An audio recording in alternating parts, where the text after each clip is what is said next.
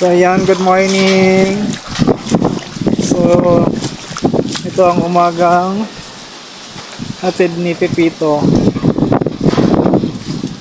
So ayan, mga bahay dito sa Baybayin Park.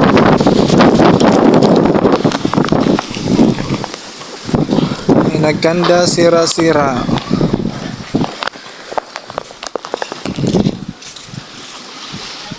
Pati mga kabad ng kuryente, mga punong kahoy.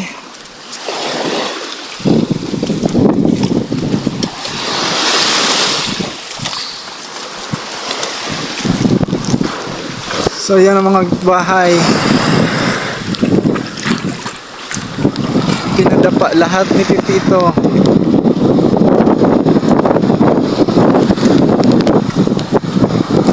So yan guys.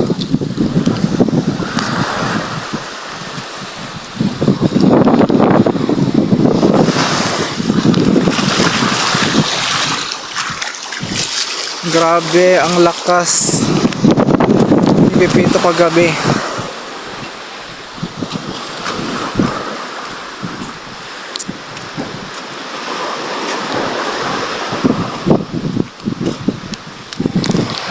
So grabe pakawasak. Oh, tingnan nyo guys ang bahay. Tapos yun pa. So tingnan natin yung bahay namin.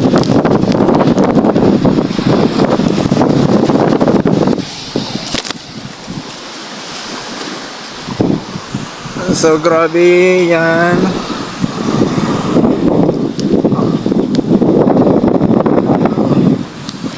So ito yung rest house namin mga idol. So pinadapa siya ni Pepito. At ito yung aming bahay. So tingnan natin sa loob. So ayan, sira-sira na po ang aming bahay mga idol. So nasira yung gitnang bahagi. So grabe. So wala kaming uuwian. Right after this bagyo. So yan yung kapitbahay. So yan yung bahay namin oh. Wala nang bubong.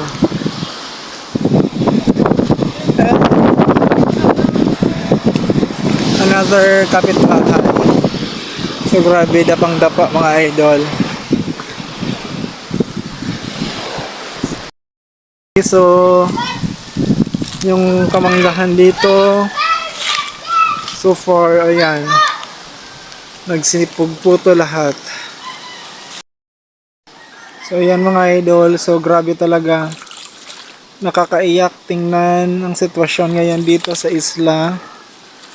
Ngayon karamihan sa mga bahay ay talagang wash out. So timing na hindi malakas yung dagat pero sinira siya ng malakas na hangin umano kagabi mga idol. So nakakatakot siya.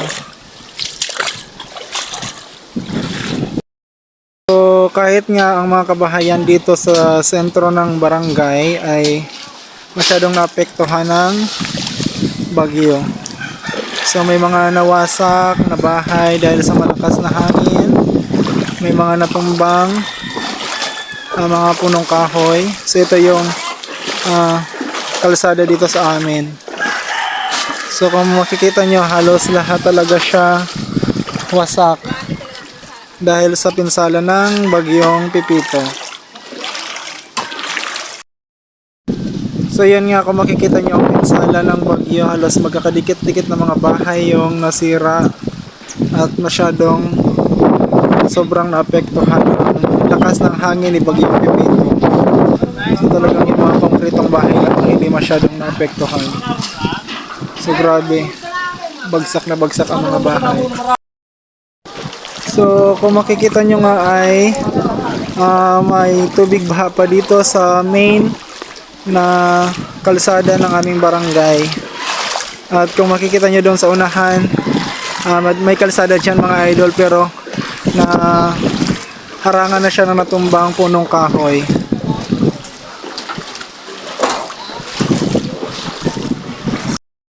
May main road ng aming barangay. So kung makikita nyo ay dapa rin yung mga bahay dito. So ayan, halos lahat major damages ang naging dulot ng bagyong Pipito dito sa aming barangay.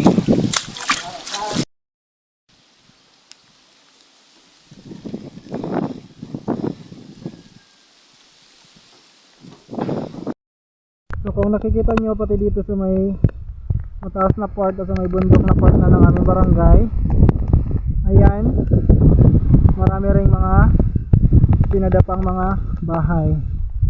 So grabe kahit saan. Grabe kasi ang lakas ng hangin kagabi.